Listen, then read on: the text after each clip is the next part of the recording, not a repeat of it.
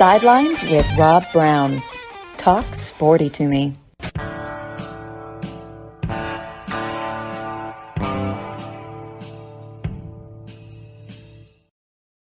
right, good morning and welcome to the Thursday edition of Sidelines. And I tell you what, a lot happening right now. I'm seeing a lot of chatter about the Braves.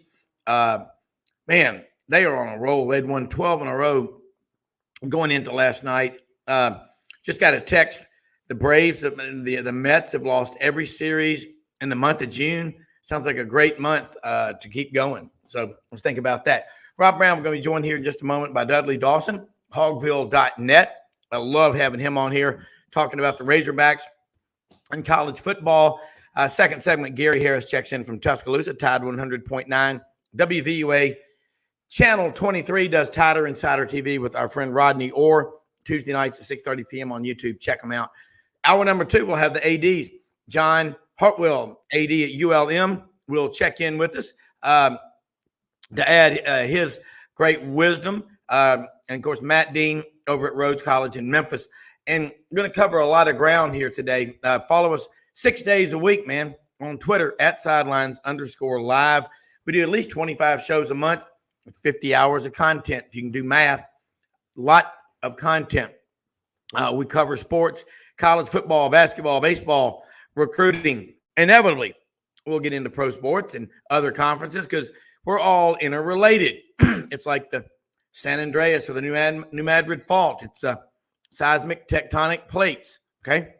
That's some fancy words for this time of the morning, but that's what we do, cover college sports, and we do our best to do it. And, you know, Dudley, I was thinking about this morning when I was eating my, gravel and nails and broken glass, which is what, crusty sons of bitches do. And I'll just say this. Everybody has their own month now.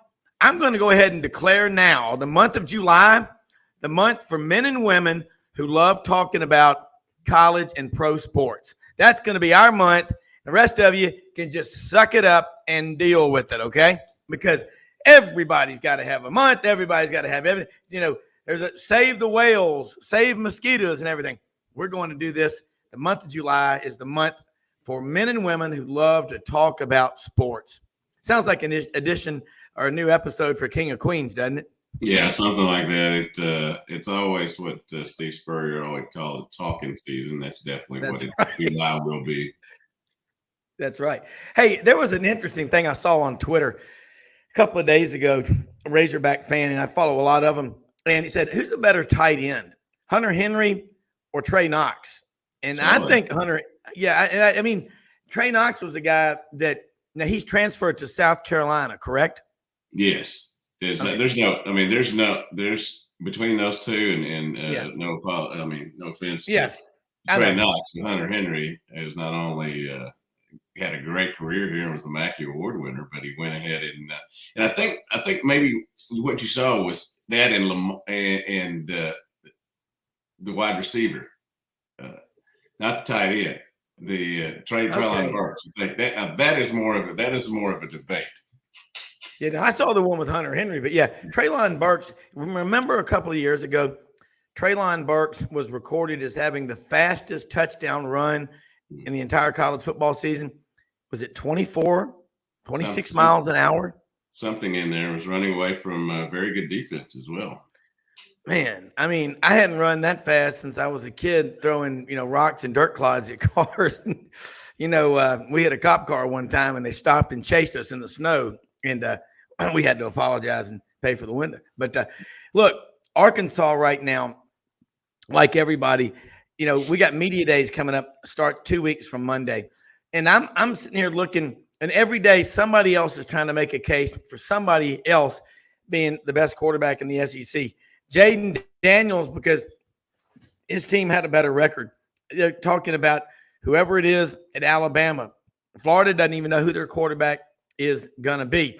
Neither does Auburn. Ole Miss should be Jackson Dart. But if you're going to talk about two established guys who've been a while, you got to think about KJ Jefferson and Will Rogers. Make your case for a guy that's been there a long time and now is going to have, in my opinion, the best coaching he's had in his life. Well, what I will say is I think that the last two you mentioned should be the ones thought of as the best ones because they've actually done it. Will Rogers obviously has been very prolific at Mississippi State. Has been a fantastic quarterback.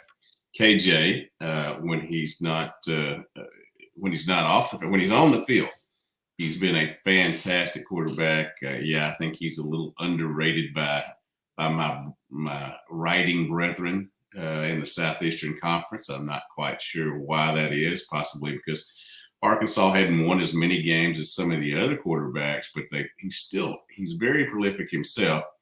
Got a chance to talk to Dan Enos the other day, and I think that's going to be a help for him. The dude can run the ball, the dude can pass the ball. He's the true double threat. He's a great leader. This is his team. They follow him. And it's and I think he's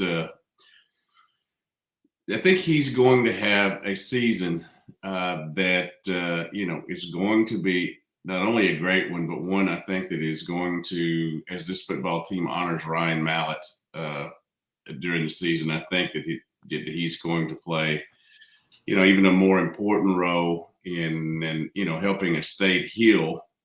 Because he is the quarterback here now, and Ryan, obviously, who's no longer with us, was one of, if not the greatest passing quarterbacks here. You can certainly get some other people in there, Joe Ferguson, many others, but I think he's going to have a special year. Yeah, well, Tyler Wilson out of Greenwood, when he came in that Auburn Arkansas game in 2010, Ryan Mallett, just as a fan, scared me more than any quarterback that year. It's 6'7" out of Texarkana. That is really tragic. I was going to bring that up here in just a moment. Down in Destin, I guess it was the Riptide, the Undertow, and 35 years old. And arguably, had he not been hurt in 2010, the way he was playing, he'd have gone to New York, and he had to have been in consideration for the Heisman. And in his 2 years as a starter, he threw for over 7,500 yards. Bobby Petrino, that offense that he had him in, absolutely incredible. Yeah, second only to Tyler in number of yards in a season, second only to Brandon Allen, who obviously had more games and touchdowns. Touchdowns during his career. It was I had a chance to talk to him last Wednesday.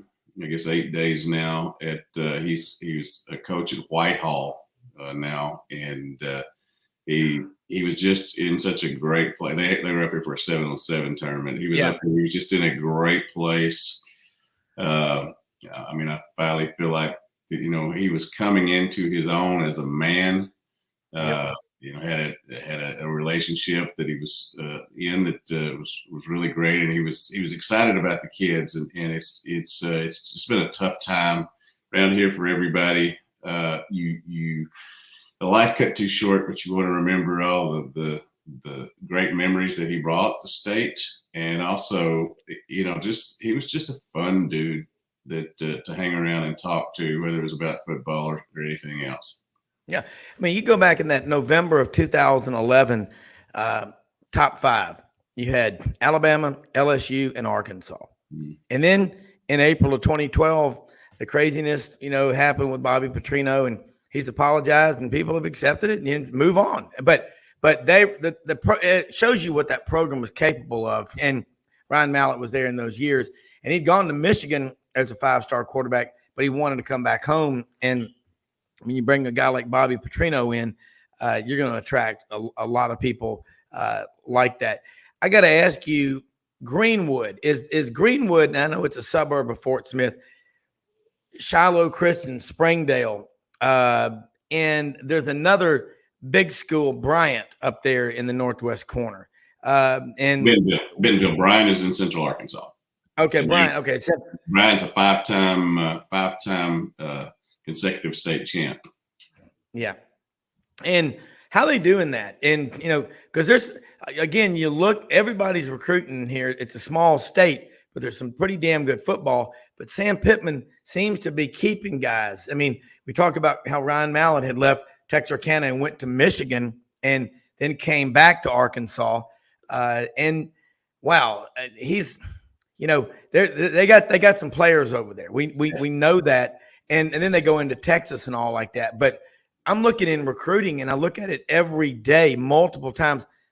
They're getting in on kids all over the South at Arkansas. So the first thing I would say is that I think that the high school football here in the state of Arkansas it has been revived. I think the coaches in Central Arkansas took it upon themselves, and some of the schools put money into the programs, hired some really good coaches, did some things with facilities, and so Little Rock coming back has really helped the state in terms of great football players, and it's just obviously one of the more populous places here in Arkansas. In Northwest Arkansas, I think it's a similar deal. We have high school stadiums that are better than some small college stadiums. Yeah. I mean, the Bentonville, Shiloh Christian, Fayetteville, I can just go on and on, Springdale Harbor. The ones up here have put a lot of money into it. There's been a culture that has developed. It's similar to I would say, growing up in Newport, where football was the thing to do. It was the thing to play. There wasn't anybody you didn't miss out on kids. They were all out on the football field. And I think that there was a wave there in the 80s, maybe early 90s and all, that it kind of dipped down. And so I give the coaches a lot of credit, and I also give the boosters a lot of credit because they've made playing football cool again. Yeah. Well, you look at in Memphis, all the ancillary sports that come in there and take away from football. You got and fall baseball. A lot of these kids they're doing baseball so much. Not that they're not doing football, but lacrosse.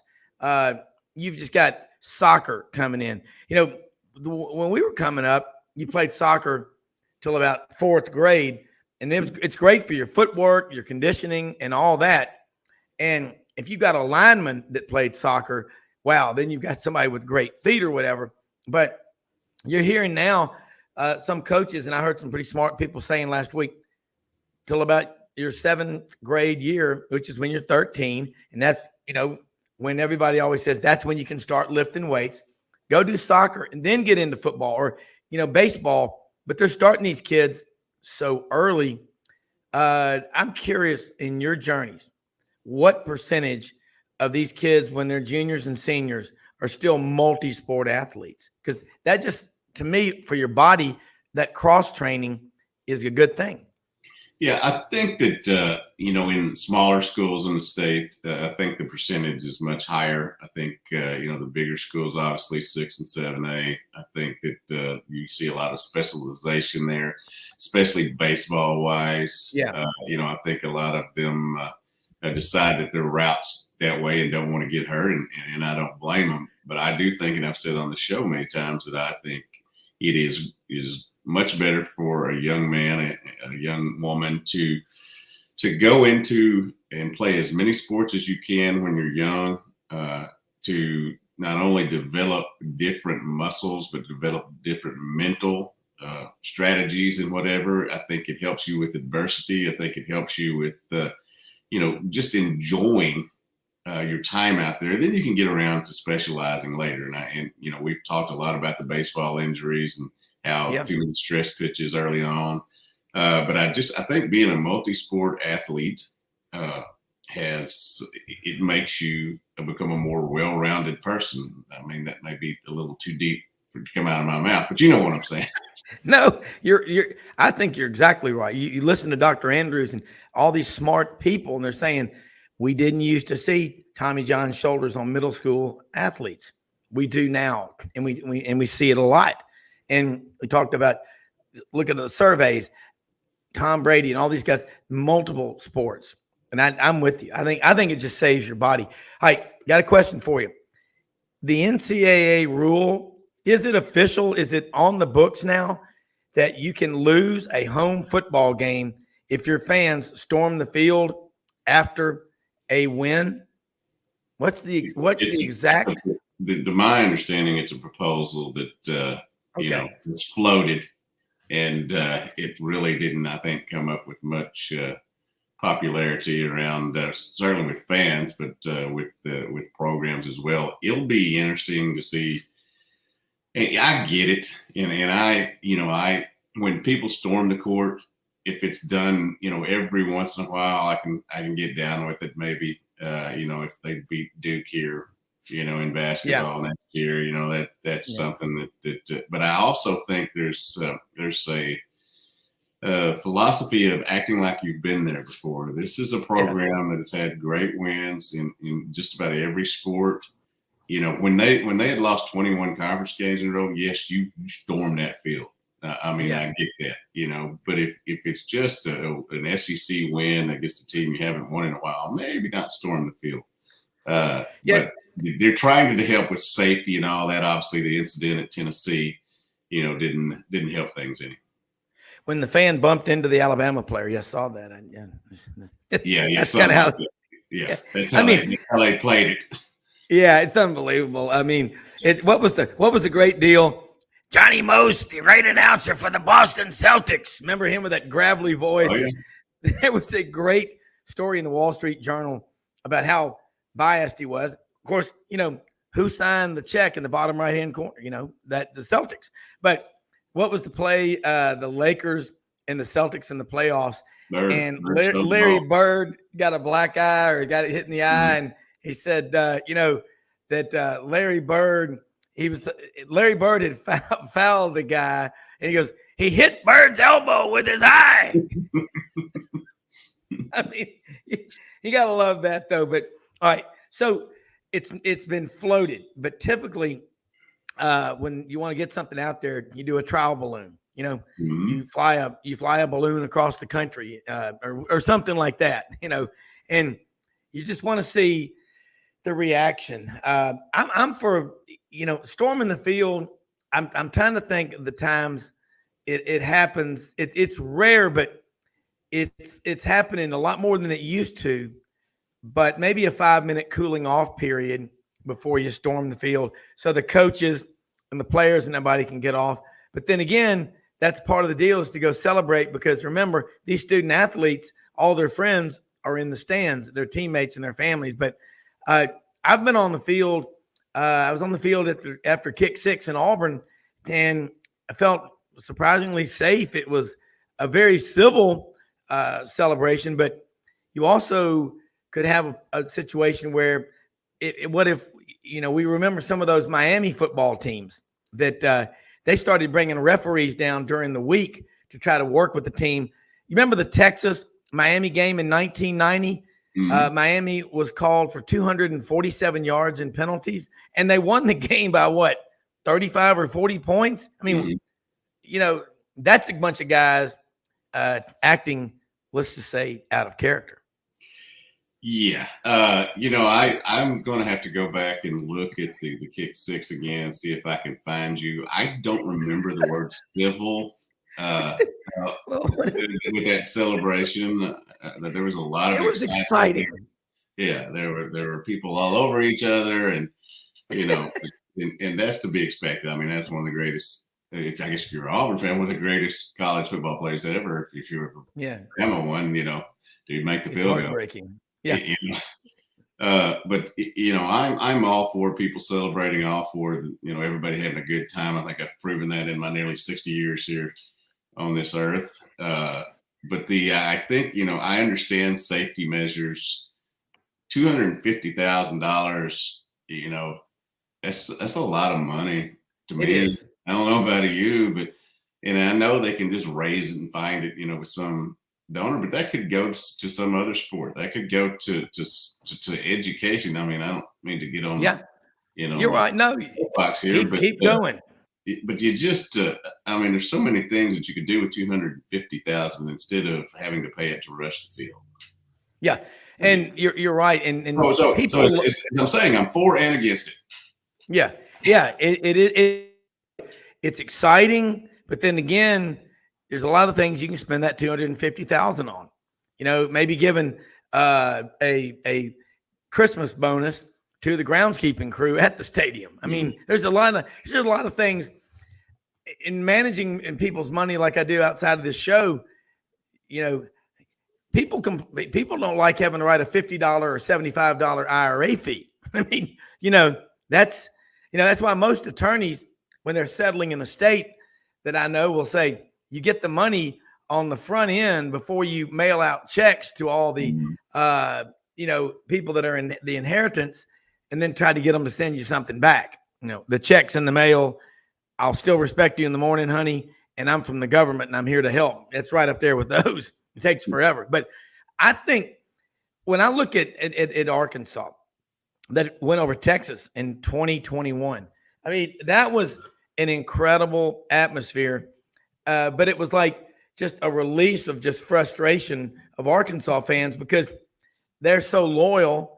They're not the only loyal fan base, but my God, they're loyal. I saw a recent survey said fans who are absolutely fanatical across the board in every sport in the SEC, and Arkansas was in the top 3. Yeah, and certainly it's the only show in town. Is what many people have said. I would tell you that we have a lot of great colleges and universities here that have a lot of success with a lot of their sports programs and academics as well. But it is as close to a pro team as Arkansas really has, and so the fervor that goes into it with the fans, they live or die with the wins and losses. They also have plenty of positivity when things are going well, plenty of negativity when they're not, and that is enhanced by the social forum named Twitter. So it's a double-edged sword, but at the same time, it's a great place. I've had so many opportunities to just move out of here for other jobs, but I've always wanted to stay in Arkansas. You can tell me that I'm a small town country boy, and I'll agree with you. But look, living in Memphis, again, you're in Arkansas, a Tennessean, and a Mississippian. Mm-hmm. I'm over in Arkansas all the time. Anyone that says disparaging things about Arkansas hasn't spent any time here.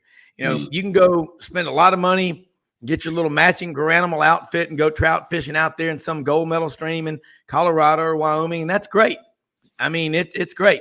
But my kids spend a lot of time out in Jackson Hole and Moose and out there, and they're like, Dad, it's beautiful, and there's some snow on some of these mountains, but nothing compares to catching rainbow trout in the Spring River, the White River, the Little Red River up there around Judsonia and, Heber Springs and Searcy. I can tell you this. If you've got a kid that loves hunting and fishing and you get him to Arkansas, there's just a chance maybe that somebody on that football team or maybe a booster might invite him to go hunting in the green timber over there around Biomito or, in a rice field.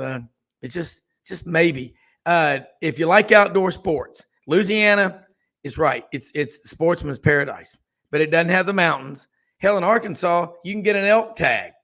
You can go black bear hunting, and they're everywhere. Now there was one coming out of the water down in the Gulf, and you're a Yankee when you're down on the Gulf Coast if you say, let's go to the ocean. That right there's a red flag.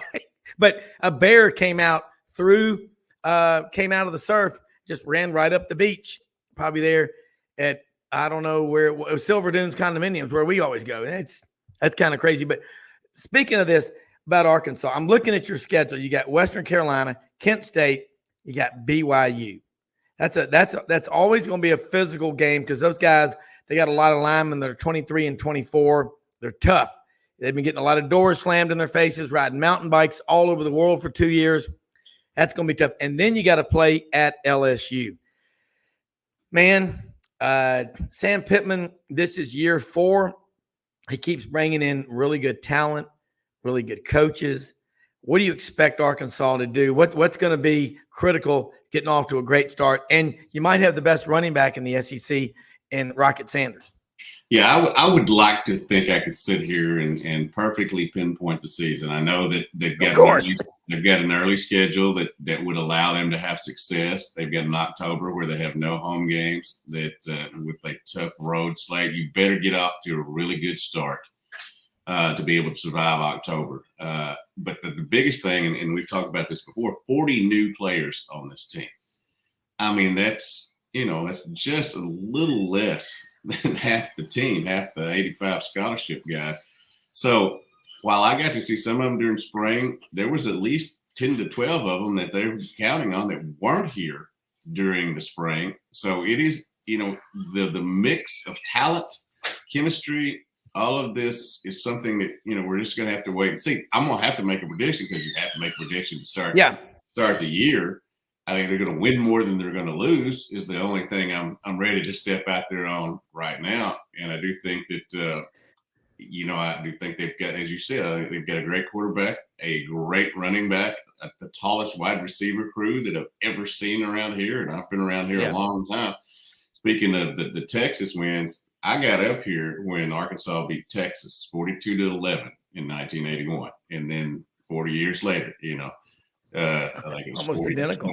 40-20. So that's a long time in between those games, but it has allowed me to see a lot of different teams in a lot of different sports. They always look phenomenal against each other in practice. And, a lot of times, especially early on in my career, a lot of times I think, oh, they look great, and then I realized that, we'll see how the season goes. So I'm somewhat guarded as I go these days. But again, 40 new players. That's a lot. Yeah, well, historically, you always say if a junior college player comes in and he can't get there until August 1st, and he misses the spring, then he misses the 2 5-week summer workout sessions, his odds of playing are slim. Of those 12 that you said that are on the new 40 that weren't there in the spring, how many of them are there this summer going through the captain's workouts? It's my understanding every one of them. Okay. And I'll have to double check on that, and I'll get back with you next week. But I believe that's what I was told. And they had a move-in day up here, which is interesting. Which is interesting because a lot of them are already here, during spring. But they got them all in here. It's the same with a lot of other sports. The summer school, I never had the opportunity to do that because that bumped up against farming. So I wasn't able to get any extra college hours or anything like that while in high school. But these kids have every opportunity these days with the academic resource center they have up here, with the ability to go to school year round, not having to work, is something that's an interesting concept to me. But football and all these other sports are year round now.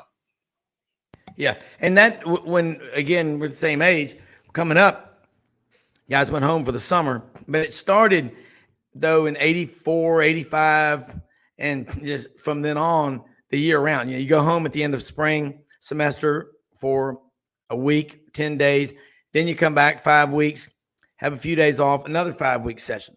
They do these mini semesters in the summer, and it's about getting them acclimated. But even more than that, 20 of them, I think, were here in January. They don't even stay for the second semester of their senior years now. Yeah. And that's we've always had occasional player doing that, but now, they're pulling these guys out so fast. And everyone says, well, they got to get the money and they got to do all this. At the same time, man, enjoy your senior year. And here we are. Look, this is an interesting point that's been made here by one of our listeners. Oh, wow. Jethro Toll, holding my breath, waiting for the first loss of a home game for fans charging the field.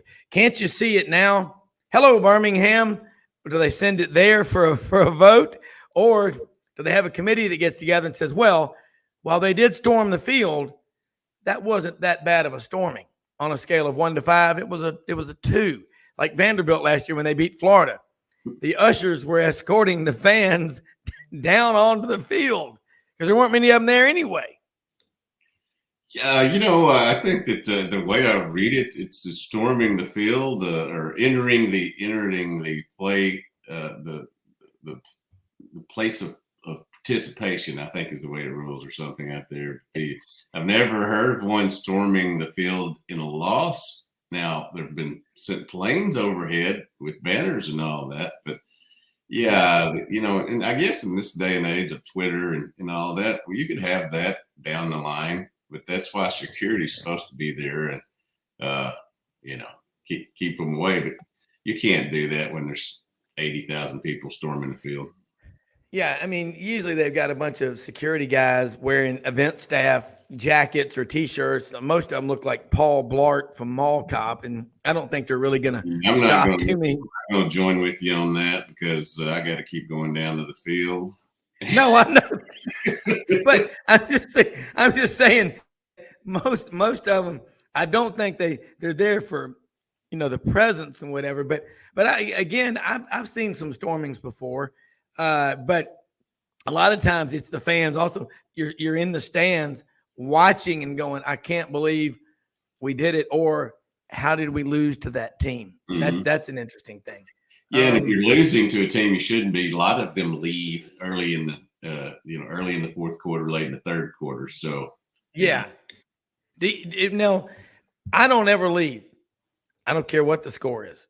I expect the team to play a full 60. I stay the full 60. I don't leave till they kneel at midfield for the prayer at the end of the game. That's always been my tradition. And I just, I'm there, and I've driven 5.5 hours, 6 hours from Memphis, or if I come down from Atlanta, because if I'm staying over there or whatever. But I enjoy being there. And I don't get the fans sitting there with their arms all folded and with a scowl on their face. Then why go? I want a bunch of people that are screaming and just wild maniacs, don't you? 90,000 maniacs. Yeah, absolutely. Well, I'm not a guy that, obviously college sports, high school sports that I play, I'm going to be there much longer than the Dale. But, professional games, there's been very few I've left. One was when my late wife told me we'd been at a doubleheader in St. Louis Cardinal doubleheader, and it was 11th inning of the second game. She said, I think we need to go. And I was like, are you nuts? Are you nuts? And she said, I think I'm pregnant. I said, well, here we go. That kind of stuff I'll leave the game for. But, it's tough.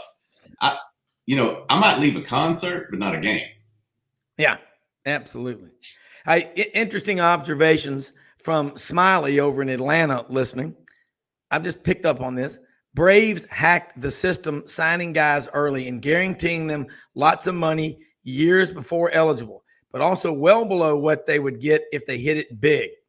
Acuna getting $17 million a year through 2028 is a steal, but wondering when he finally says, you got enough of a discount now, I'd prefer $40 million. Ohtani may get $60 million a year on his next deal. Interesting stuff from Smiley. Yeah, big fan of Atlanta's front office and the manager, and they do things the right way. Not so big a fan of my St. Louis Cardinals management and front office people at the moment. Yeah.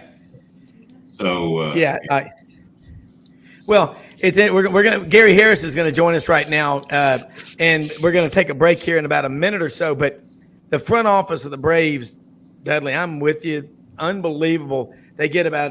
I've been told Liberty Media gives them about $150 million, and the Dodgers get $250 million or whatever. But everybody's looking about NIL. And Gary, isn't that what Nick Saban has been advocating, along with another coach, about NIL? Brian Kelly, I think, saying, because they've been at small schools in their coaching careers, about limiting.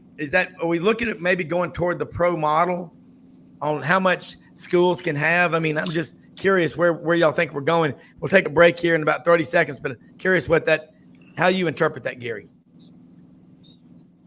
I didn't catch everything you said there, Rob, but I do think Nick Saban has been for some type of parameters put in place. And again, maybe, like you said, like an NFL model, just not necessarily a salary cap, but to have rules in place in regards to how you delegate this money and when it's available to you. I've even heard someone say that maybe student athletes should be on campus a year before they're eligible. Yeah. And that used to be the case. We're going to take a quick break. Okay. We're going to take a quick break. We're going to be right back. Gary Harris.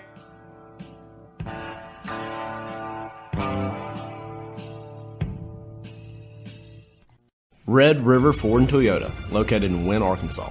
If you're in the market for a new or used car, truck, or SUV, call, go online, or drop by and see them. Located 45 minutes from Memphis, go off the 4-city exit on I-40 and go north about 15 minutes on Highway 1. Easy to work with and still believe in customer service. If you live out of town, they will deliver your vehicle to you. RedRiverFordToyota.com. Just see what they can do. Strengthen your seed zone this spring with quality tillage equipment from House Industries. Located in Cherry Valley, Arkansas, House Industries specializes in manufacturing superior equipment that will minimize your downtime and keep you working in the field. To ensure the highest quality control, all design, fabrication, and testing takes place in a 99,000 square foot manufacturing facility located right here in the heart of the Delta. Locate your nearest House equipment dealer online at houseindustriesinc.com. House Industries, breaking ground. Sidelines with Rob Browne. Talk sporty to me.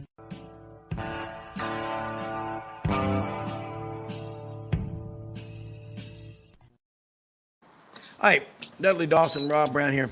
That talk about, I'll say you if you make employees or the student athletes employees at the university, that's another thing we're going to. I was just curious about that. But Gary, I know you've got your show coming up. I watched Tider Insider TV last night, the Tuesday night edition of it on YouTube, and you and Gary were talking about what's going on with the portal and with Alabama basketball.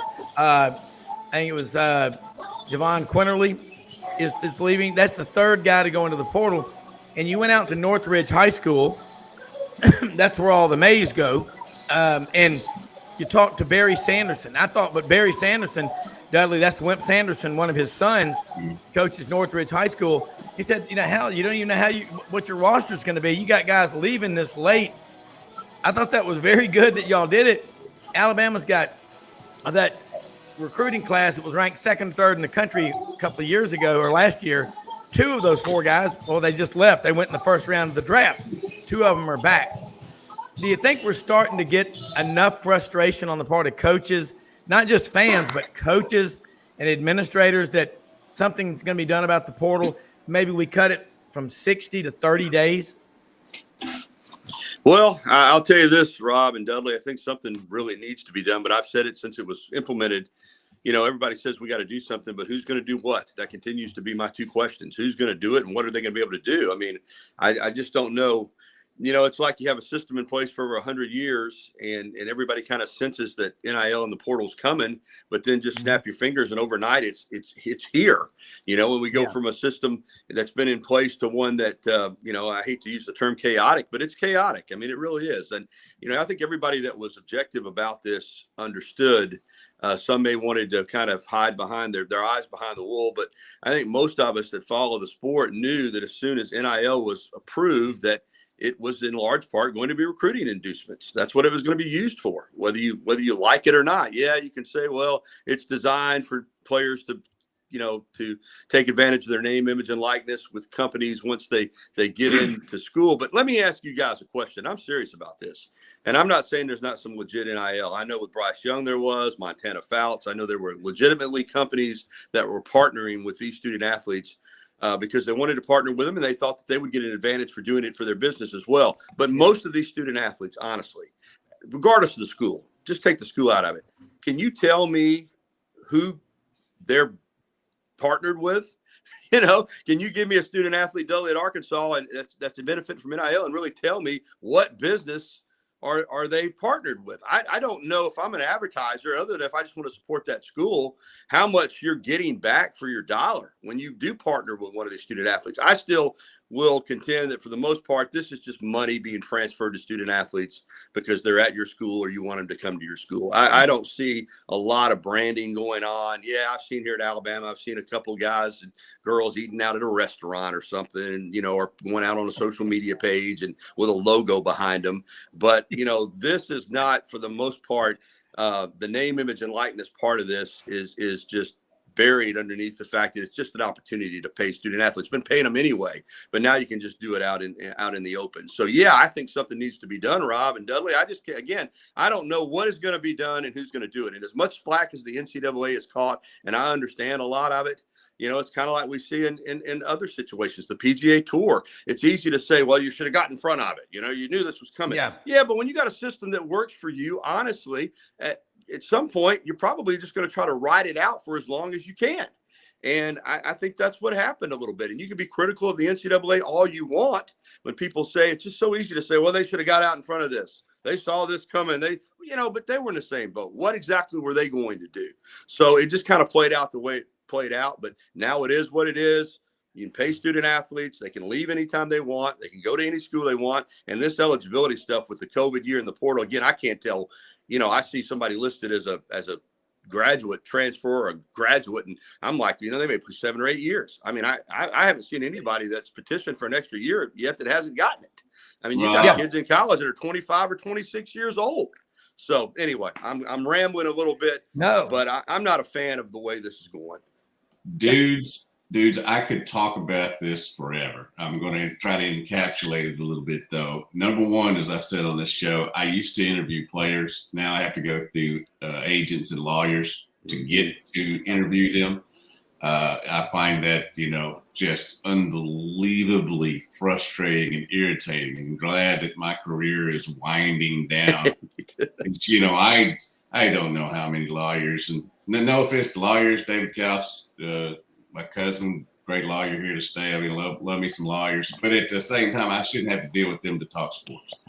Yeah. The NCAA oversight committee yesterday, and my wife Petra and one of our sons was out to eat last night and came across that they're going to recommend that go from 60 to 30 days in the transfer portal. That'll help. Okay. And I am all for that. I mean, that was the best news I saw yesterday, because I think there's just too much time.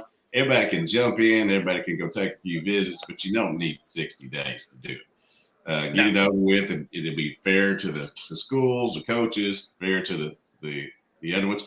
As far as these NIL deals, that goes back again to the agent and lawyers and all that.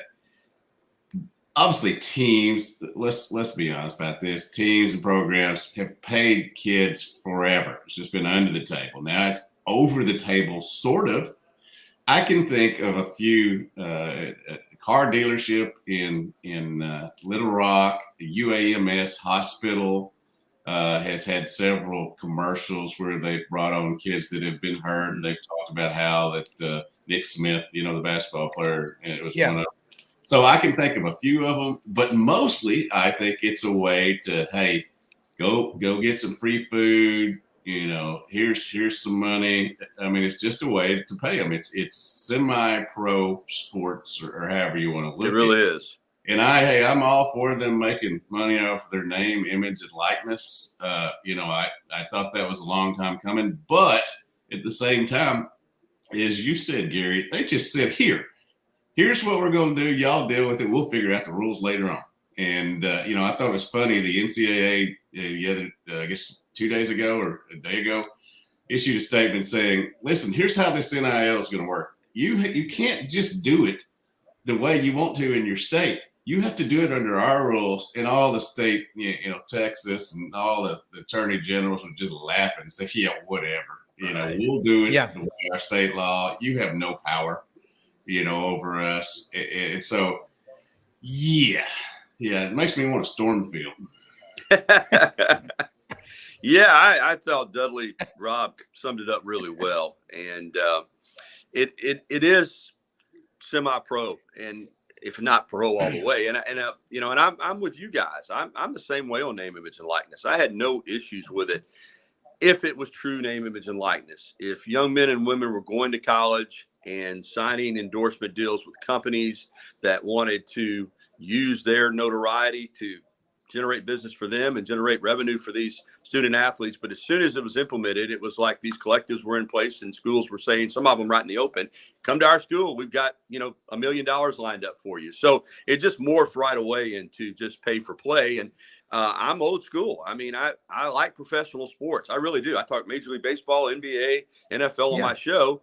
But I cover college sports, and that's my passion. And I want college sports to be college sports. We've got professional sports. We've got it, at the highest level. I like college basketball and football and baseball and softball and gymnastics to be college sports. And the fact that it is just, morphing into professional sports bothers me. It's not as much fun for me anymore. And like, Dudley was saying, you can't just call up the sports information person anymore and set up an interview. There's so much red tape, and you feel like you don't even get to know these student athletes anymore. They are being handled just like professional athletes. I don't like it. Nothing I can do about it. I'm like Dudley. I'm on the downhill of my career, so I don't have to do it much longer. But it was a lot more fun to me, even though we know what was going on. Still, it was it was just the if nothing else, just the perception that these were student athletes. It's like I said before, fans all the time when you're in the sportscasting business like we are, oh, man, you're so lucky. And, yeah, we are. But you know what? I tell fans, you don't want to see the little man behind the curtain working the levers. You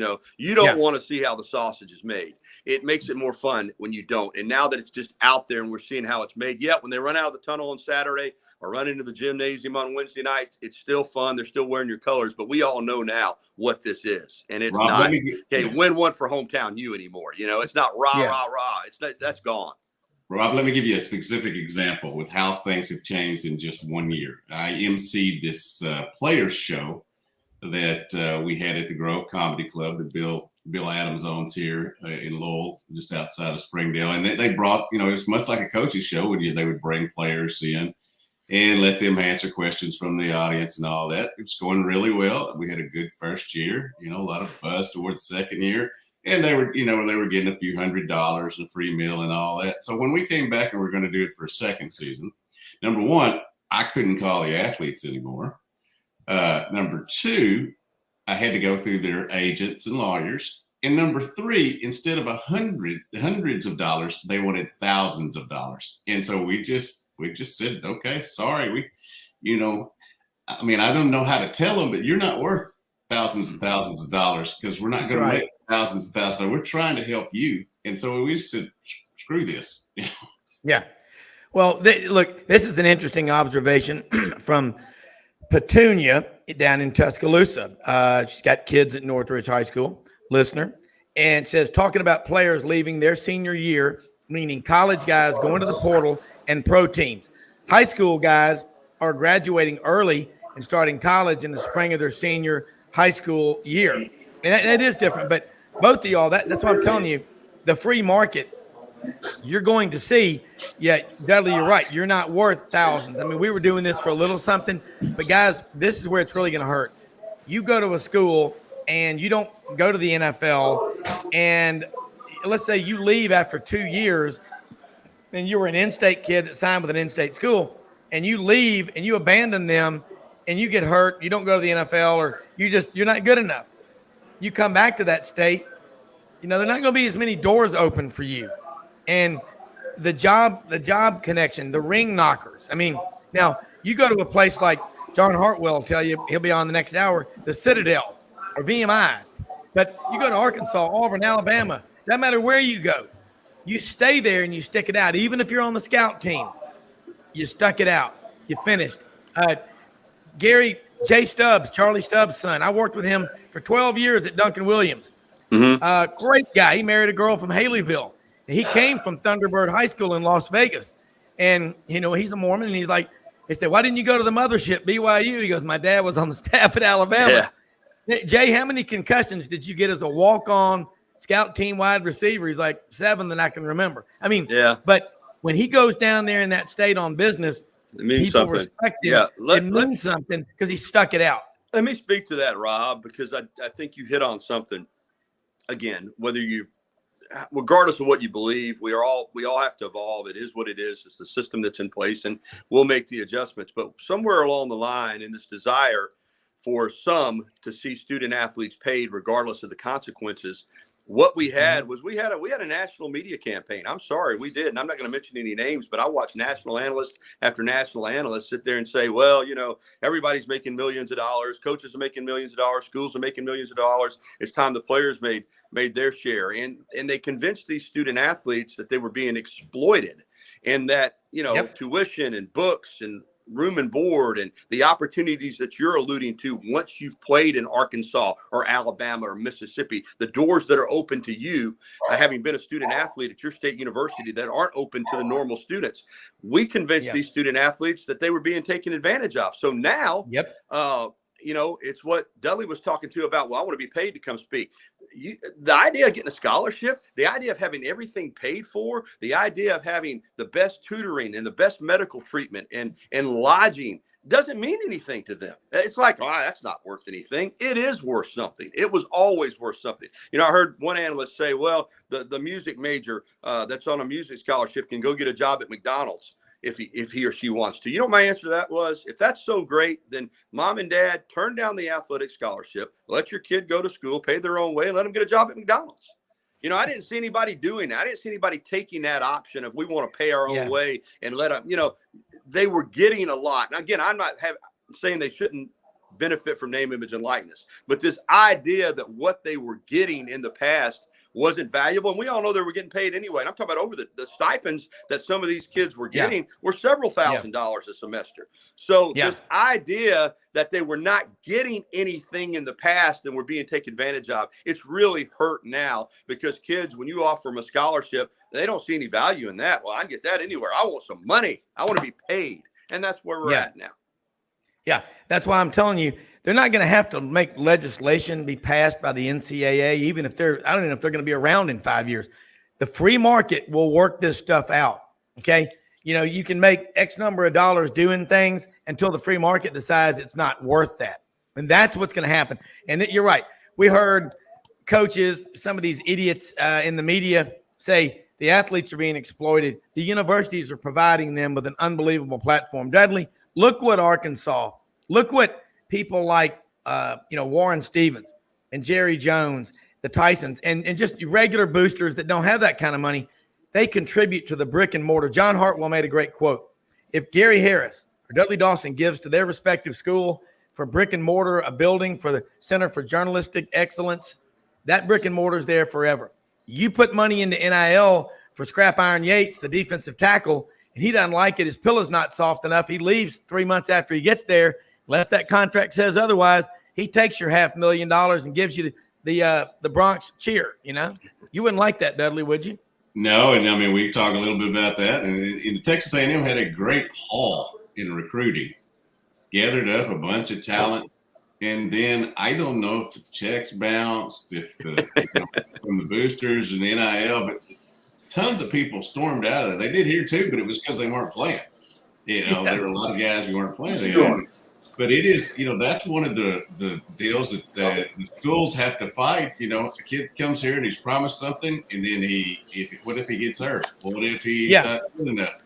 Do you still did you pay the money up front? Can you get it back? No, you can't get it back. That's not how it works. But they're going to have to figure out something, or it's going to be a continuous cycle where they're going to have an expenditure for waiving kids. Yeah. Gary.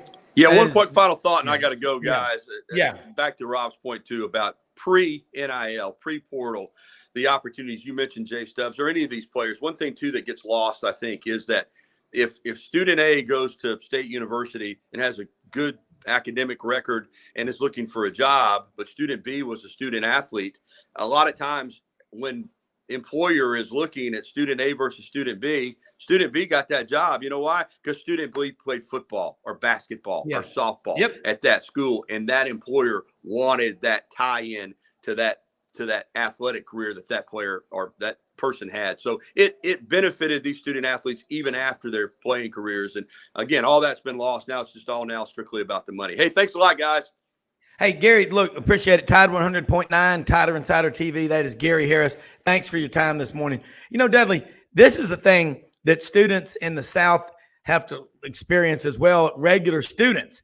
Like you go to a business school, the Walton College of Business, or, Louder Hall, Louder College of Business, and the Harvard College of Business, graduate school at Auburn, or wherever you go. You come out, you want to get into investment banking, you're told up front, you're either from an Ivy League school, UVA, UNC, Vanderbilt, SMU, or Texas. So how do you get those jobs? you outwork them. You come in with an attitude, I ain't taking, you know what, off of anybody. I'm going to outwork you. And they teach that in these schools. That, say what you want about Arkansas. Find me a more well-funded college of business in America than the Walton College of Business. And you can sit there and say all the disparaging, smart-ass remarks you want, but I see the product from Arkansas. I got a lot of friends that went to school there. I see the product, the Alabama's business school, Auburn's business school, Ole Miss, number 3 ranked accounting program in the country. And these kids are coming out of these schools. You're a student athlete. It's true, though. You already know they'll work. If you survive 4 or 5, I keep going back to this example, but Dudley, find me that guy that was on the scout team for 5 years that graduated with a degree in accounting or something. I'll hire that guy twice. Mm-hmm. Yeah, because he's had the work ethic. He's stuck with it. Yes. Also has that degree from, as you said, the great business school and all that. It's just, we all know that it's who you know, but it's also about what you know and how you know it. And you put all those 3 together and, hopefully you get the job coming out of college that you want. Sometimes people might get passed over because, Jimmy ran for 2,000 yards and Joe passed for 1,500. That's just the way the world works, though. Yeah, but I think what you just said, Dudley, don't retire. You're too young. You're way too young. I mean, but you got to draw a line in the sand. And I'm getting a lot of comments from people saying, yeah, and it's not a generational thing. It's what people are allowing. Look, when you lead from a standpoint of guilt and apologizing for everything, this is what you get. You know what you tell those kids?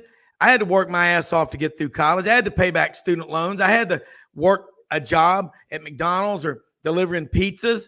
I went home in the summer and worked on a pulpwood mill on Highway 82 in Maplesville, Alabama. So what? And a damn thing you can do about it except overcome it. But Dudley, don't change anything. I love the way you are. You are a gifted writer, and I love the fact that you're a truth broker. Yeah, I would say I love what you're saying. I would say the one thing that I kind of take my life in steps, and my next step is to get to 66, and then I'll make a decision. Right. 66. I want to get to 66 before the politicians take out Social Security, because that's when I'll be fully vested. So that's the goal I'm trying to get to now. Once I get there, I'll decide a bunch of stuff, but I'm trying to get there because I've worked a long time and put a lot of money in that system, and I ought to be able to get that. Yeah. Well, we had Nathan Perotti walk on at Arkansas from Austin. Dave Cody introduced us to him. I think he went to Westlake or South Carroll down there in Austin. And I know Dave listens every day out in Bellingham, Washington. He's helping run a golf course out there and on the foothills of Mountain Baker. Beautiful place. But you talk about an impressive young man. And he did play. He played some special teams and all. But, man, I get a lot of – I'm very blessed like you are. We have these relationships and then people will send someone, but that is your student athlete, male or female. Let me tell you something. You find me somebody who ran cross country, they're probably knocking out 60, 70 miles a week in college. That's a tough person that gets up voluntarily in the morning. We think that we're so smart now because we have smartphones and iPads. Really, we're not. And I'm telling you, do yourself a favor.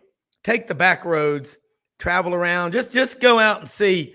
This is the greatest country in the history of the world. That's why in the month of July, we're going to celebrate guys and gals who love talking about sports. That's going to be our month. And then the next month, we're going to come up with another month. All this, I got to have my month. We have a new class of people in America, BMW. And it's got to stop. Bitch, moan, and whine. Get over yourselves, people. Suck it up. Dudley, 38 years or 30, more than that, you've been writing. And you've covered a lot. And I'll tell you, I'll make a prediction. It's always darkest before dawn. A lot of people are getting caught up about NIL. We've lost control, the portal. Stuff will all work out. I mean, I remember as a financial advisor, people could do $5 trades, and, you don't need a broker, Stewart, throw darts at the wall, and, you can make money. And a bunch of fifth graders at a school outperformed the Wall Street pros. Well, a couple of things. Number one, they weren't using real money. And real money and customer behavior determines whether you're going to make it or not. Same thing with NIL and the portal. It's real popular right now to get caught up. But Dudley, I really do think that NIL and the portal and all this stuff is going to collapse. Trees don't grow to the sky. And the people pushing this narrative are wrong. Either that or it needs to expand to media. There needs to be NIL media things going on there. I'm trying to work on that. That's what we're trying to do here is spread it around to everybody. Yeah, absolutely. And but what you were talking about, this was a comedy club there in Springdale or Lavelle? Yes, the Grove Comedy Club. It's in Lowell. Bill Adams, great friend of mine, runs it. Brings in fact, we're seeing John Lovitz there this weekend. And he's followed up by Tim Meadows and then Rob Snyder. So, it's like Saturday Night Live the next few weeks here. Yeah, I saw Rob Schneider on a little meme last night about some pretty funny stuff. He's an interesting fella. Yeah, he is. And I'll tell you, I look around at all the concern and I hear people in a panic mode about what's going to happen with, NIL and all like that. And I honestly believe that it's not going to, I just think it's going to collapse. But when you said that those kids are now coming back and demanding from you, thousands of dollars, you got to go to, and I heard a story about a quarterback in the Birmingham area last year, a 4-star, maybe a 5-star on some list. In order to talk to him, his handler, his pimp, that's what they are. His uncle. What they are. His uncle. Yeah. That's what it used to be. Yeah. Wanted $35,000 cash up front. I mean, that's insulting. I mean, and what they don't understand is, when you're 18, you're 18. A coach that's 45 or 50, ask any coach that we ever talked to. Ask Sam Pittman how much he made in his first job coaching football. I bet it wasn't more than $25,000 a year. Oh, I'm sure. And it was so far long ago. Talk about a guy who's put the work in, and I don't know if he'd say he made it, but he ended up getting a dream job. I'm proud of what he's done. Regardless of how the season goes and all that, you gotta root for a guy who, as you say, pulls himself up from the bootstraps and gets to work and is a real. Many times I've said on here, he's a real dude. There's nothing fake about it. Now I don't agree with every decision, but nobody agrees with everything. But I think he treats his players the way they need to be treated for the most. For the most part, as far as we know. So. Absolutely doesn't. And Dudley, stay on here with us if you can. And let me say something real quick. I gotta get off and get at it, but that's right. You got to go do some NIL now. Something like it. Yeah, I got to go talk to lawyers and agents. That's right. Tell people how they can follow you and keep up with you. And appreciate every time you're on here. It gets better every time. Thank you. Well, I appreciate it. Hogville.net is our message board where we cover all Arkansas sports, including the freaking NIL and portal transfers. Fearless Friday, doing a lot of high school stories and going to be doing them the rest of the month. I talked to 24 coaches, I think, in the last 2 weeks and kind of get some season previews and all that. And obviously one of them was Ryan Mallett. And before I leave here again, just want to say how lucky I was to be able to know the young man. He was in a great place. Life isn't fair. We know this, but RIP 15. Yeah, absolutely, man. He will be missed, and I'm glad to hear you say they will celebrate him this football season and honor him for what he did. Dudley Dawson, Hogville.net, first class, native of Newport, but really from Balch, Arkansas. Thank you. That is so true. You bet, man. See y'all later. All right, take care. And I'm telling you what, Matt Dean here with us right now, Associate AD over at Rhodes College in Memphis. John Hartwell will be joining us here in just a couple of minutes. Let me say hour number 2 brought to you by Rumble Boxing Gym Memphis, rumbleboxinggym.com. Check them out on our website at Sidelines, www.sidelines.live. Open every day of the week, located 1835 Union Avenue, Midtown Memphis, at the corner of Union and McLean, right there across from the Walgreens in those new apartments that they've built.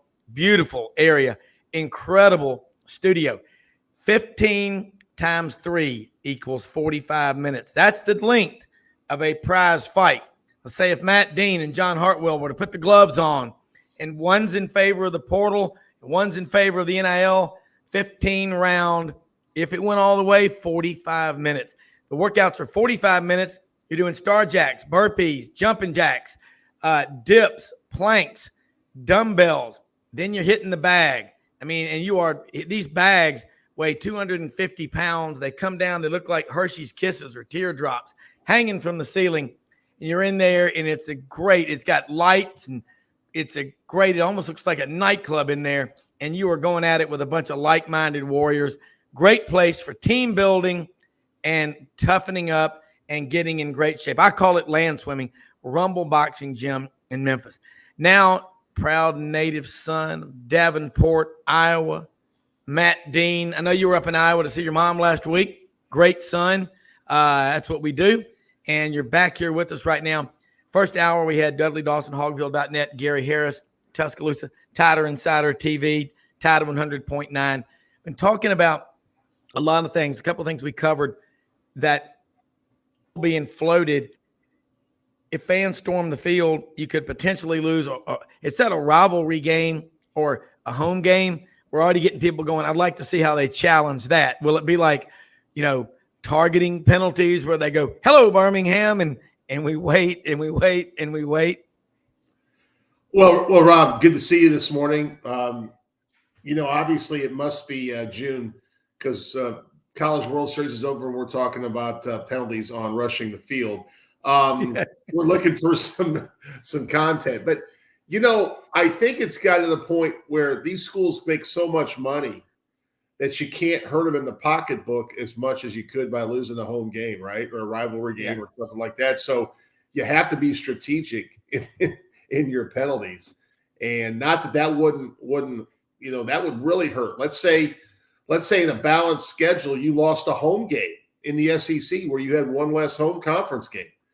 I'm not saying they'll ever get to that point, but when you start talking about that, and as an administrator, I haven't worked at a venue where you have to prepare for the security, for the possibility of that. I mean, Rob, you grew up in an environment,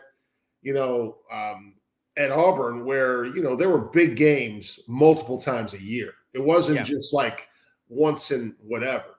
So there's two trains of thought on that. First of all, you should be kind of used to playing in big games if you're a quality program. Let's act like we've been there before. Like Tennessee, hell, y'all have beaten Alabama in the past. You've won a national championship in the past. Let's act like we've been there a little bit before. I get it, though, because it's been so long for Vol Nation last year.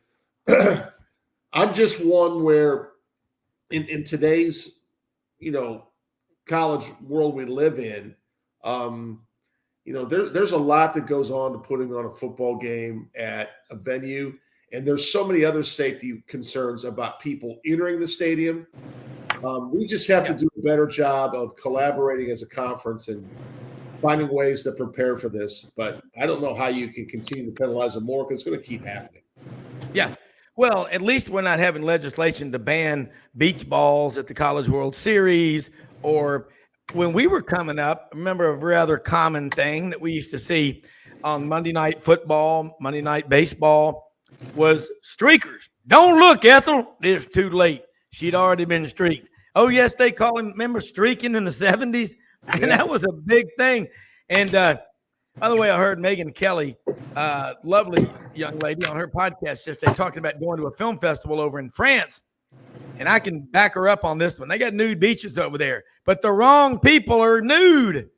She said, I was in the steam room with my husband and it was open co-ed and there was a woman in there. She goes, I'm being charitably nice here. She was a 28 or a 29 naked. And I'm like, ah! Well, that's what you see. Storming the field, streaking, beach balls on the field. You know, I don't know. John Hartwell, Matt's right. Act like you've been there. Tennessee had lost 15 straight to Alabama. Last year, we had the incident where the Tennessee fan ran into the Alabama player. They bumped into each other. I don't know what happened. Hello, Birmingham. But nothing really happened. I was there. Fans that are excited. Maybe you have a 5-minute cooling off period, but emotion is a big part of it. But you think that rule is going to become the law of the land, John Hartwell? And welcome aboard, AD from ULM. I know last week you were meeting with Foghorn Leghorn and we're not able to get on the show, but that shows y'all got the toughest job, because when somebody calls and says they want to come talk, the world does stop. And we always love having you on here, but I respect what both of y'all do, but curious what you think about this new rule, if it's a rule. Yeah, I mean, it's going to be hard. I mean, again, if you have an SEC school going to, let's say, a Big 12 school or a Pac-12 school where they don't have the same rule, I mean, I think there needs to be some uniformity to it. I do think, obviously, if you have 40,000 people rushing a field, it's a whole lot different than if you have 2,000. But still, as we continue to, talk about student athlete welfare and safety, it can create a volatile situation, because if you're in a visitor's capacity, you've just lost a tough game, and you've got someone who's been overserved up in your face and just been in the heat of the battle. Sometimes it's hard to control your emotions, and so that could create a really ugly situation. We've seen a few of those isolated incidents, and that's what Greg Sankey and the SEC are trying to make it cost prohibitive to do it. But here's the fallacy of the whole thing: the people storming the field aren't the people who are writing the checks. That's right. That's right. They don't have proverbial skin in the game. Yeah. Hold that thought, both of you. We're going to take a quick commercial break. Be right back here. Hour number 2 brought to you by Rumble Boxing Gym in Memphis, rumbleboxinggym.com on the website.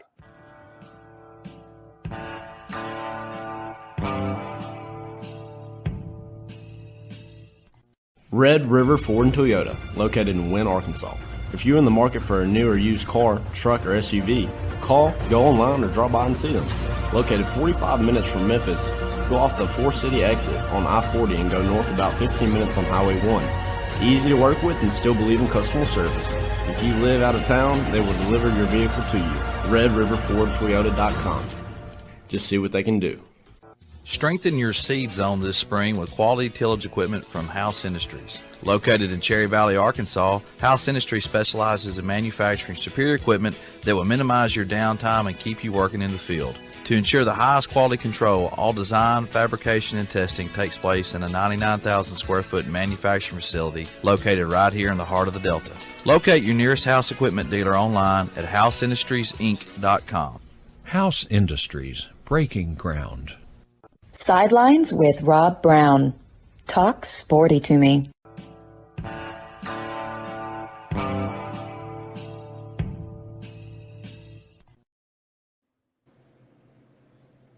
John Hartwell, you were making a great point before the break.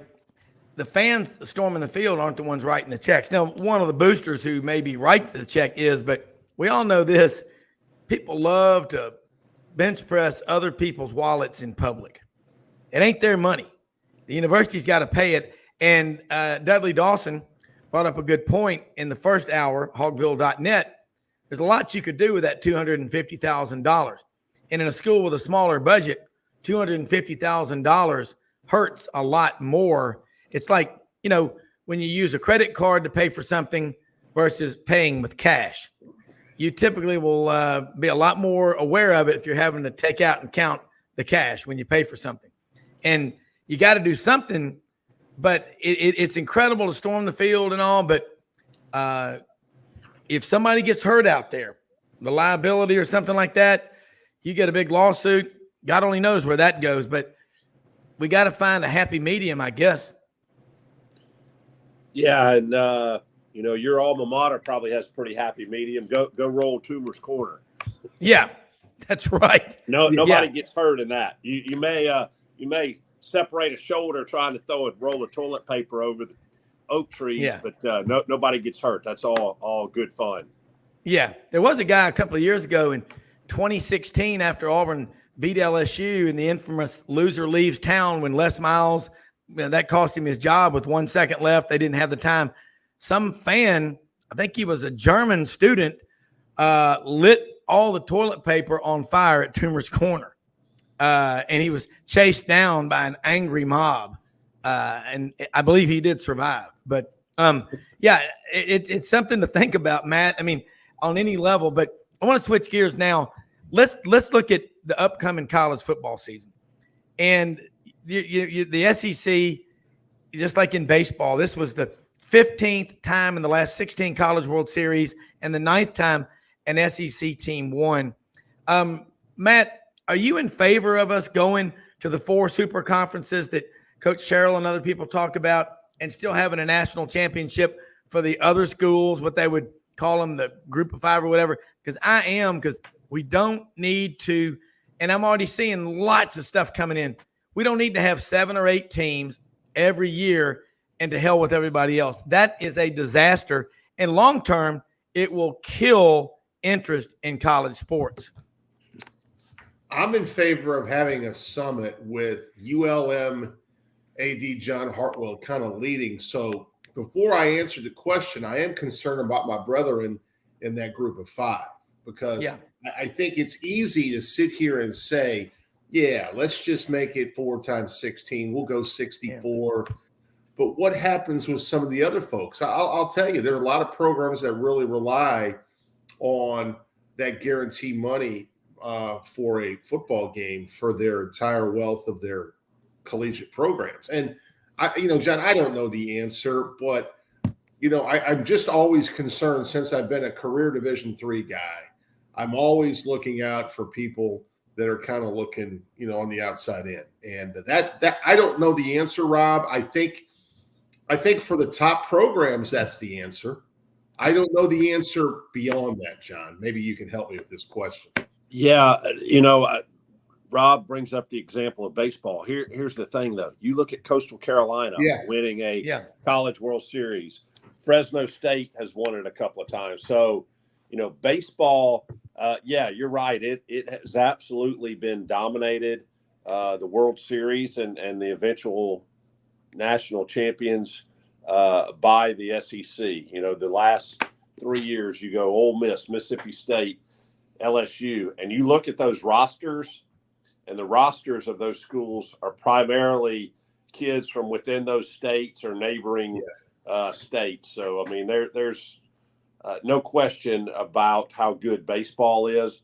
But I think, to just shun the other schools, I think at the end of the day, the Power 5 folks right now if you talk to the vast majority, they don't want to do that. They don't want to run the gauntlet every week or every series in baseball or basketball, any of the sports, of playing nothing but other Power 5s. It is just a grind if you do that. And so I think there's got to continue to be tweaks to it, but if it's not broken, don't fix it. And again, the thing that makes March Madness so compelling to so many people, whether it's you go the spectrum from the diehard sports fans to the casual sports fans, it's David versus Goliath, and David has a chance to win. Yeah. Well, I'll tell you an example I will draw. Look at America. We have 3 city blocks, 6 large multinational conglomerates trying to run our lives from the time we wake up in the morning till we put our head on the pillow at night. 85, 90% of the businesses in America are small businesses. We all know corporations they're made up of people, but we don't like just having the big box retailers everywhere. We like small businesses. They're the backbone of this country. Same thing with the colleges, and find me an administrator, a coach, an athletic director, a president, whatever, who has not worked his way up through the ranks to get to that Power 5 school. So these idiots that are saying, who cares, man? It's just all about the same. No, it's not. It is not. And you need, look, we got way too many people in this country, young boys that don't know how to, gut a deer, clean a fish, change a tire, use a chainsaw, split firewood, even build a fire. Same thing. Your smaller schools, D1, 2, and 3, they've always been there. And I think the worst thing we could do is just have a handful of schools playing each other. I mean, and I'm an alumnus of a Power 5 school, but I also know John is right. March Madness, 357 teams are eligible to make it. Look what it does to a St. Peter's. Look what it does. San Diego State's not a small school. I mean, it's in a big, big area, but you want everybody to think they have a chance. That's the American dream. Hard work. The opposite of the American dream is you sit on your ass at home and you get a check in the mail every month. You will destroy the incentive to get out of bed in the morning. Warren Buffett, you got all the money in the world. How much money are you going to leave your kids? Enough, but not so much they don't want to get up in the morning and go to work. That's the happy medium. John, both of y'all are smart. And I'm saying this, it's not socialism. It's an opportunity. But we all know the benefits of people going to college and playing sports on any level. The payoff is immeasurable. It's infinite. I mean, it's not infinite. It's endless. I don't want to see it. I don't want to see just a handful of schools because it would be bad. And it would get old real fast. It's kind of like the Yankees and the Dodgers. What about the rest of America in the World Series? There's a lot of teams in between, what they call flyover country. I don't want to see that happen in college athletics. Yeah, I really don't think you're going to see that because, and you can even expand it from Division I into Divisions 2 and 3. There are so many positive things happening in college athletics across all levels. Good. Yeah. That, you form this elitist group and I think it would turn off a whole lot of people to college athletics. I mean, would it still survive? Yeah, but I think on a whole different level. And I also think, that Charlie Baker, the new NCAA president, which I was just reading some stuff this morning, more about very positive feedback about him. He didn't play at Penn State. He played at Harvard. He understands, the values, the intrinsic values developed through participation in sports all the way through the collegiate level, whether it's time management, dealing with adversity, how do you handle defeat, teamwork, all of those things that many, many employers out there look to former college student athletes because they develop those skill sets. And I think, again, we have challenges in our business. Yes, every day, but so many good things are byproducts of college athletics. We've got to continue to press forward, deal with the issues, but maintain the amateur status of collegiate athletics. And I know a lot of your listeners may say, well, how the hell can it be amateur? You got NIL folks, making bank out there. And there are some of those, but that's why we have got to work so hard and, continue to stress to the powers that be, at the federal level, at the state level, that if you cross that line and make college student athletes employees, that's probably a step that we can't retract or walk back from. Yeah. And I think we got to be real careful about monopolies. I mean, look at the Silicon Valley. Look what's going on out there. And it's a monopoly on technology and again, you got the New York, LA markets, and everything in between. I guess doesn't matter. That's how they look at it. You know, why is it that I'm telling you, you don't want this in sports? You want there to be opportunities all over the country. And my appreciation, I've always felt this way. This isn't something just because y'all are on here. I'm like, I like to see sports because I see the product. We all do, of people that played on any level. And there's a lot of sarcastic people going, you know, look, it's all about the money and all. Well, you know what? After a while, you get sick and tired of being around people that all they talk about is their money.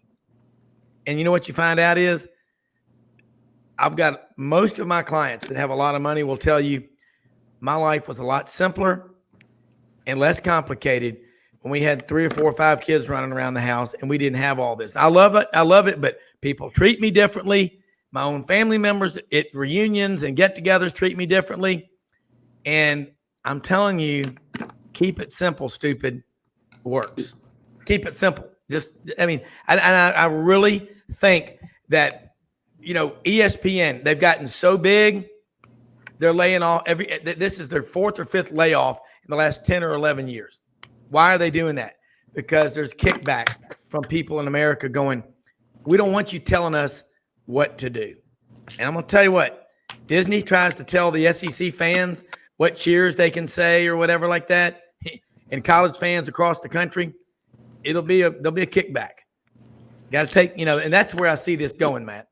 There's another thing, and John touched on it with the new NCAA president. You know, there's not a decision that gets made without input of college presidents too. And that's another thing we're not really talking about right here in this whole process is, you know, college presidents have to sign off on everything that goes down. And I just, you know, I don't see a lot of college presidents being quoted on things like NIL, the transfer portal, and super conferences.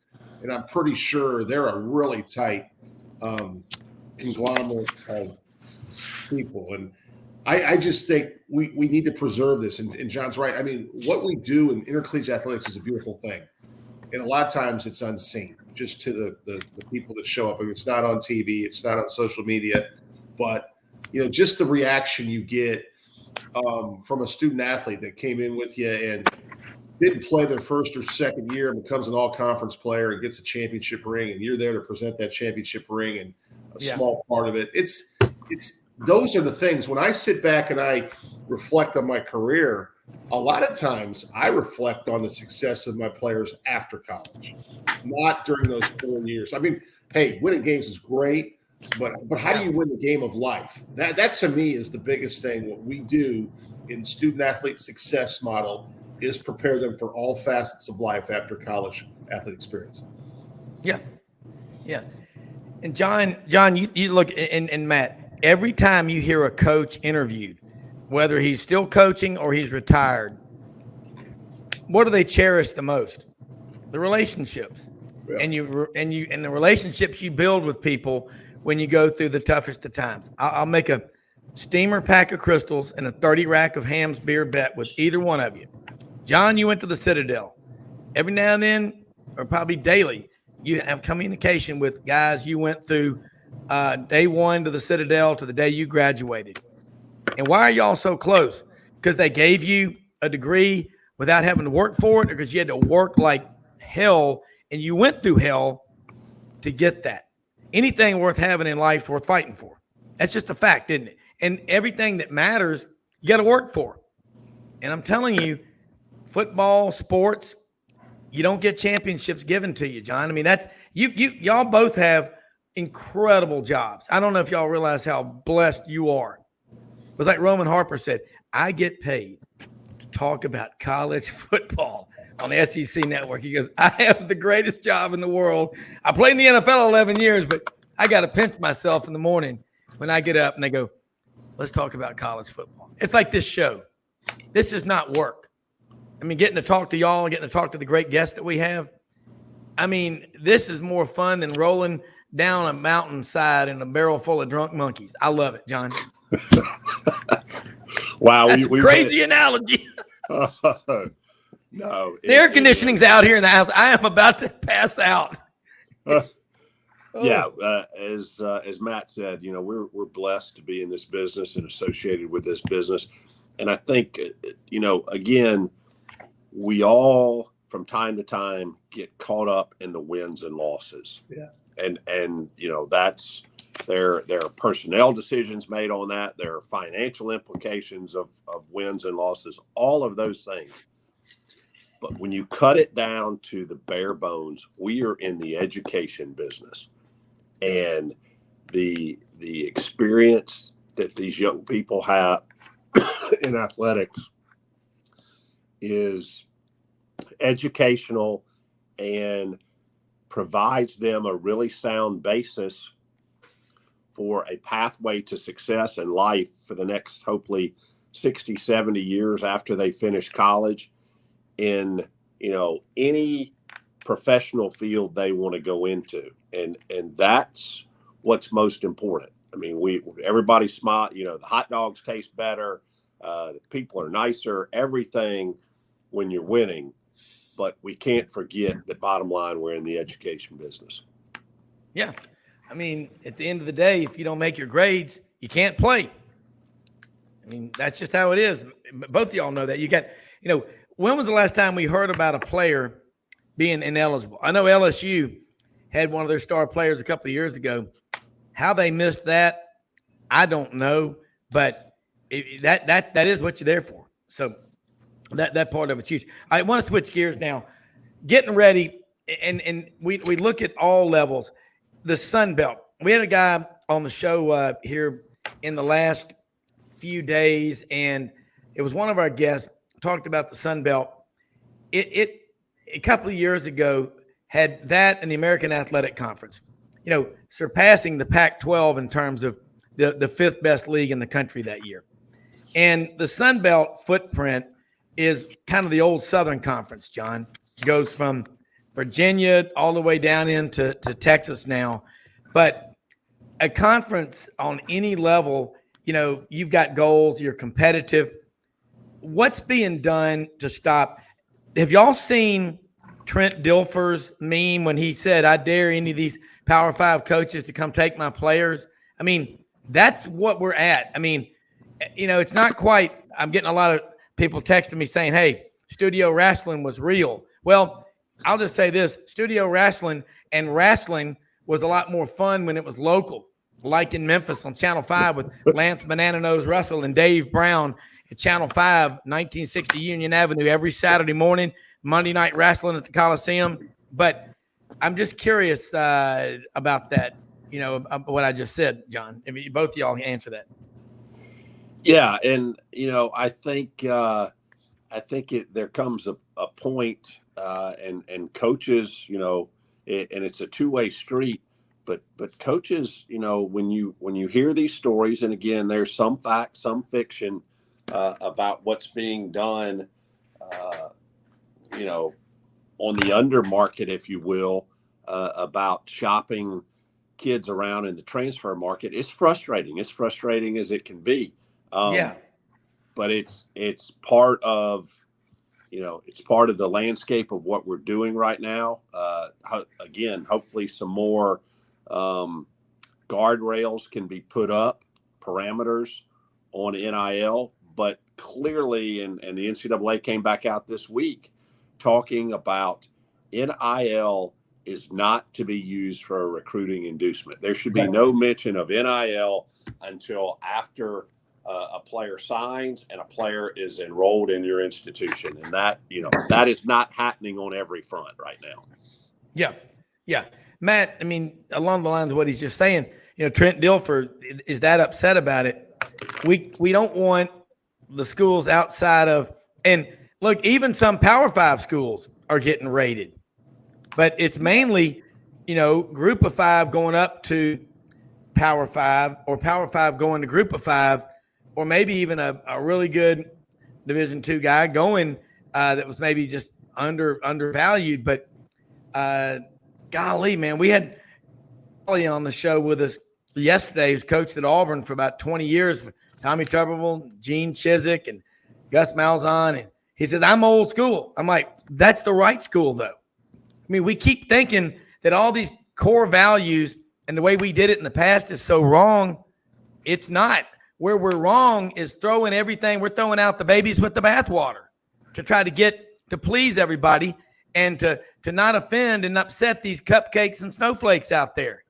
Hell, if you can't deal with it, go sell pet food or something at the mall, Listen, John brought up a point that was raised day one of NIL. We knew from the language it was not supposed to be an inducement from a recruiting standpoint. We knew the discussion had to been, started by the student athletes to sponsors after they, enrolled in campus or on campus, right? We know that's not going on. We know it's not going to change. So if I was a coach and got thrown back into this model right now, I have to almost operate in two ways. It's crazy.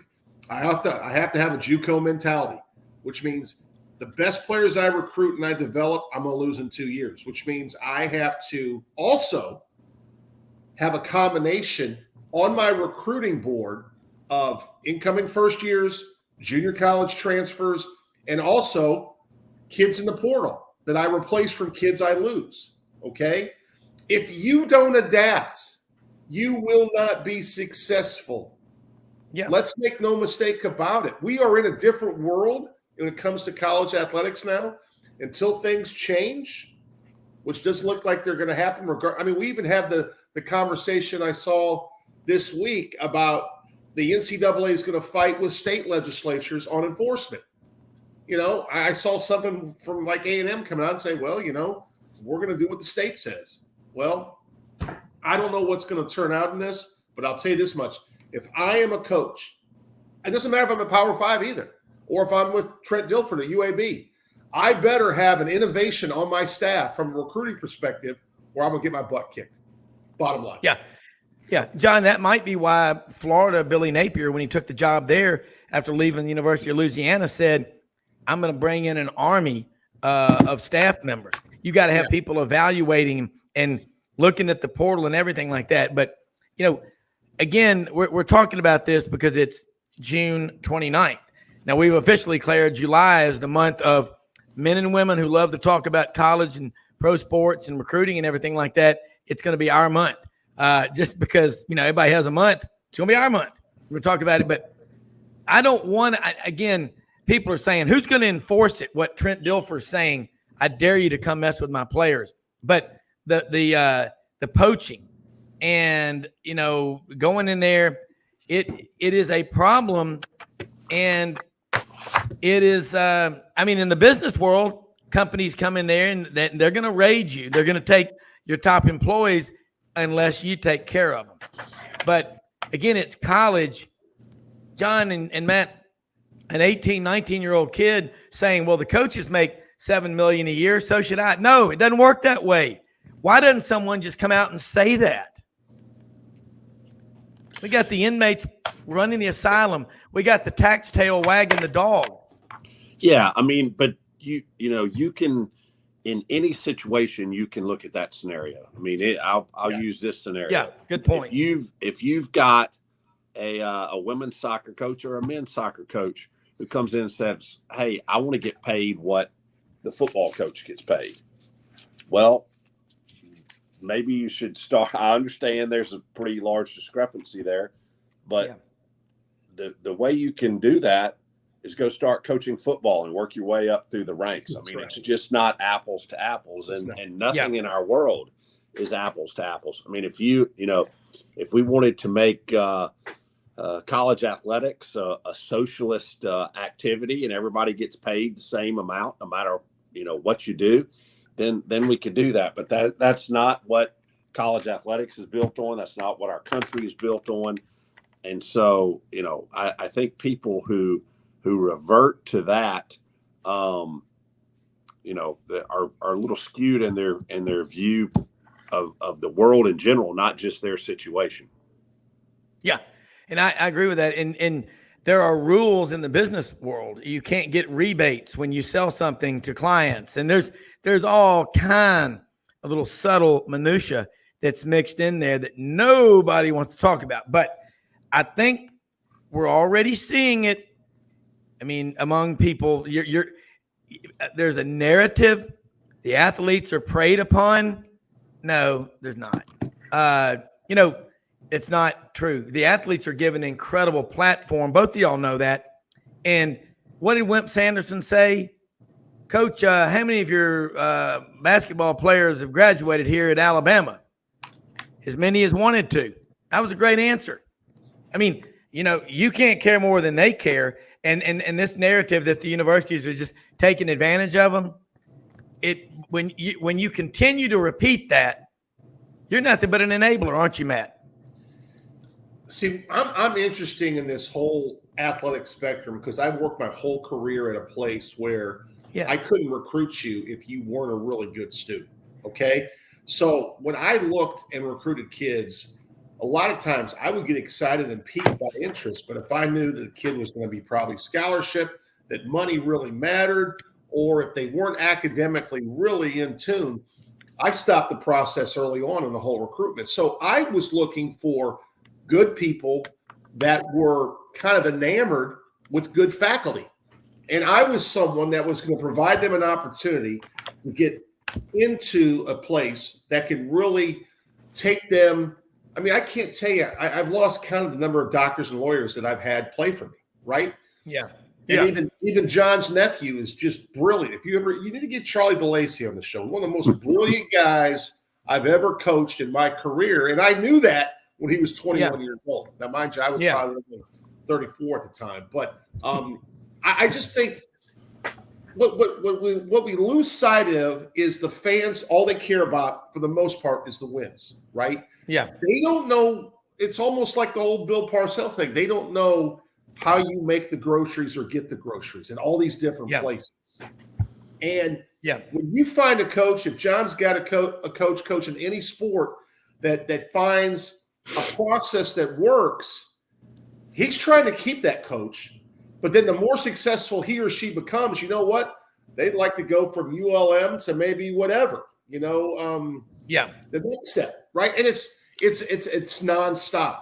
And that's why, I was able to hire as an athletic director, Tubby Smith's former ops guy, Zoe Goodson, gave him his first chance as a head coach. And I knew, and I told Zoe, I said, Zoe, it's going to be different. In year 3, Zoe won 18 games, second in our league. We had one of the best, most historic turnarounds in our program history after a failed segment. I knew it was going to happen, but it takes time because he had to adapt to our model. And now with his passion, energy, and everything he brings to the table, we're a rising program at our level. But you know what? I'm going to lose Zoe next year too because he's so good. We got to have a short list for who's going to replace him. And that's the way it works. John's got a short list right now, and he won't discuss it with us, nor should he, of who he's got to bring in if A, B, or C leaves. That's the business. And we lose sight of it because everybody wants to talk about, Trent Dilford, I'm going to protect my guys. No, you're not. If you got a quarterback, Trent, that you've coached up and he becomes really good, you know where he's going to go? He's going to Auburn, Alabama. Shut up. Yeah. Well, I mean, and it's frustrating. I think I see what he's saying. I dare you to come get my guy. I respect the hell out of Trent. He's a Super Bowl quarterback. Yeah. But I see what he's saying, but you're right. I mean, you get a kid at UAB, it's going to be hard for him to turn down one of those schools. John, looking at you on your part, you're on a lot of national committees. I mean, you came from Utah State. Everywhere you've ever been, wins and losses matter, don't they? I mean, there's a bottom line, and we're looking again. Look at society. You got a few TV networks on 3 city blocks in Manhattan trying to tell us how to live our lives. You've got ESPN for years would have the sports reporters on a Sunday morning, a bunch of big fat guys from Philadelphia, Boston, and New York that grew up playing stickball, trying to preach to us about college football. And they're going to pick Notre Dame, Ohio State. Ohio State has minders in football and basketball on every network there is, making sure to get that narrative in there. Ask anyone who's ever gone to China on business. You go for a morning run, you got 3 or 4 guys watching you and running with you when you go around town because they don't want you taking pictures of the boiled dog carcasses, the open air meat market on the square in Beijing. John, it's critical. I mean, from an administrative standpoint, that we keep. I think NIL. I think where it's going to happen is the return on investment is very low. I'd love to know how many people, John, are getting significant money. I think it's a very, very low percentage. Even on a program like Alabama, you may have 4 or 5, and that's it. Yeah, I mean, I do think it's, a small percentage. Some programs, and Alabama has this, where every football student athlete is getting some extra pocket money, if you will, but it's not 6-7 figures, except for a limited few of those. And again, the old school component of me, and I know we've all got to adapt with the times. And even in NIL now, you don't hear issues and problems so much in the sport of baseball. Baseball, yeah. You graduate from high school, you're eligible for the NFL or for the major league draft then. And if you opt not to go in, if you opt to go to college, then there's a requirement to stay in college baseball for 3 years, and then you're eligible for the draft again. You don't have the issues because there's the opportunity to make money as a professional directly out of high school there. I know there are challenges with the NBA Development League, with anything that's been done with football for that minor league process. But I still stand by the model of minor league baseball because you have, so few issues as it relates to college baseball. And quite frankly, that has not damaged college baseball at all. You look at the crowds at the College World Series, and it was more than just the guy buying shots for all the LSU people that caused them to be there. The popularity is really there. And part of that is I don't discount the fact that, a lot of your baseball guys are not on a full ride. You may have 2 or 3 guys on a baseball team who are on a full ride. A lot of those guys are paying part of their own way. They're very integrated in the general student body. And I think that is part of what has increased the popularity and the attendance and the attention to college baseball, because they're arguably as much like regular students as any other athlete that you would have. Yeah. Well, along those lines, I was talking with someone last night, the Monday night College World Series Game 3, LSU 18-4 over Florida, is the second highest rated baseball game, including Major League Baseball, up to this point this year, outside of America versus Japan. So you're right. You want to see the guy like Wally Cleaver. You want to see the guy, that character that just is a good person and a great athlete. I mean, how can you not like Dylan Cruz unless you're a fan of a school that he beat? But look, I watched that celebration LSU had for winning the national championship. I think it's still going on. I mean, God, some of those guys' speeches up there. And in summation, as I was saying, let me surmise what I was summating and continue. And they're outside. It's 150 degrees. I'm like, for God's sakes, you can't keep 19 to 22-year-olds' attention very long. It's like herding cats. But I'm with both of y'all. The popularity of college baseball is on all. I'm going to get Jeff Cleanthes, your coach from Rhodes, on. I think he's from Louisiana. Bud Ritchie told me. I think he's from Louisiana. No, he's New Yorker. He's a New Yorker. Oh, okay. All right. Well, maybe I think of everything with Bud. I think of gumbo and jambalaya because he's from Alexandria, Louisiana. John, since you've been back now at ULM, you took over just a few months ago. Are you coming in and making a lot of changes? And are the changes being received well by people in the department? Because your reputation is you get it done and you don't mess around. And that's what people need. I mean, Matt, I see the product over there because I get to go. I have not been on your campus. I'm going to come, but people make all the difference in the world.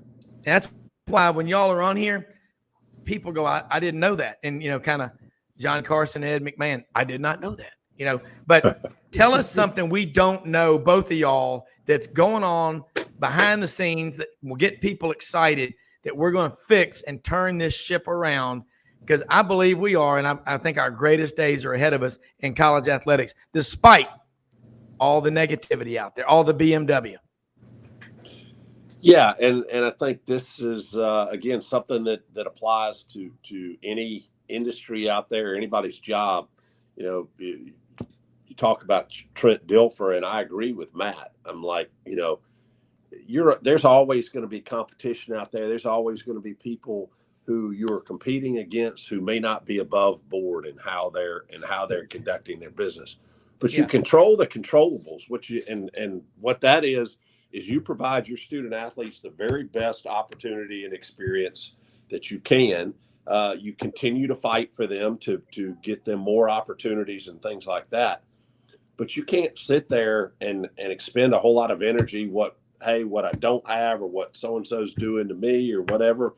Use that energy to better where you are, to better the situation there. And I think today's society, as we, as people have a tendency to go the path of least resistance, which is not, lace up your shoes and put a shoulder to it and do the heavy lifting, that we say, oh, well, I can't do that because of this, because of that. Well, you know what? That's BS. You can do it. You just gotta have a positive attitude toward it. Have a plan. Don't be discouraged by setbacks, and keep your eye on the prize. Yeah. And look, we're about out of time, and I wanted to say this too, to let people know how they can follow you and you as well, Matt. But that's great advice, and I think that it's so easy now for people to just BMW, bitch, moan, and whine, and just run and go into the portal. And when you start looking and peeling back the layers, the scab, 45 to 50% of the people that go in the portal are sadly, I'll make a comparison, like unadopted pets at an animal shelter. You can be there forever until the right person comes along and says, he's a 26-year-old sophomore, but we'll take a chance. Because with the virus year, it's crazy. But again, some guys are just never going to leave, but I'm just saying, you go into the shelter, it's like you're just in purgatory. You can be there. It's like where you go when you're not ready. But John, let them know how they can follow you and you as well, Matt, and then we'll tag out.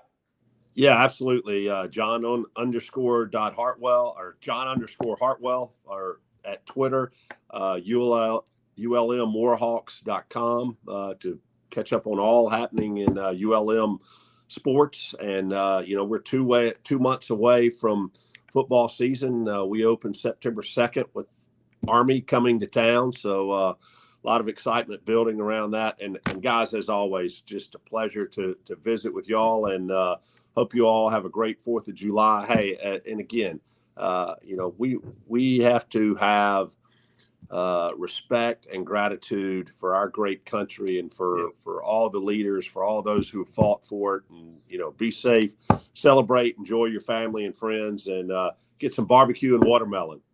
Yeah, absolutely. Rattlesnake watermelons. I love those. Those are my favorites. Or the Cave City, Arkansas watermelons. They're incredible. Matt, as well, let me say we most often see the face of Christ in the least among us. Along the lines of what John's saying, we live in the greatest country in the history of the world. Apologize to nobody. American exceptionalism is alive and well. But what we to show is the freedom of speech, First Amendment, is alive and well. We're tackling a lot of stuff that people are afraid to say. I mean, because they don't want to say, well, quit whining and just work your way through it. But Matt, let people know how they can follow you, and appreciate everything you're doing. And again, we had Coach Philip Lally and Olin Buchanan on yesterday from TexAgs.com talking about Terry Price, who was loved by a lot of people. He's been at a lot of places. And Coach Lally, coached with him for 10 years at Auburn, and they called him T-Bone. And just everybody wanted to go to one of his cookouts. But 55 years old and gone way too early. But I know from people that knew him personally, just a great man. And again, his players all over the country. I'm not sure when they're going to have his service, but there'll be a lot of people there, and he affected a lot of people's lives because he made them work and got the best out of them. But Matt, go ahead. Rest in peace, TP. You know, my son Tyler worked with Coach Price for 4 years, and I told you the other day he was one of the he had a chance to work on the cookout with TP. He'd get there at 3 a.m. to help him prepare for that meal for the tournament.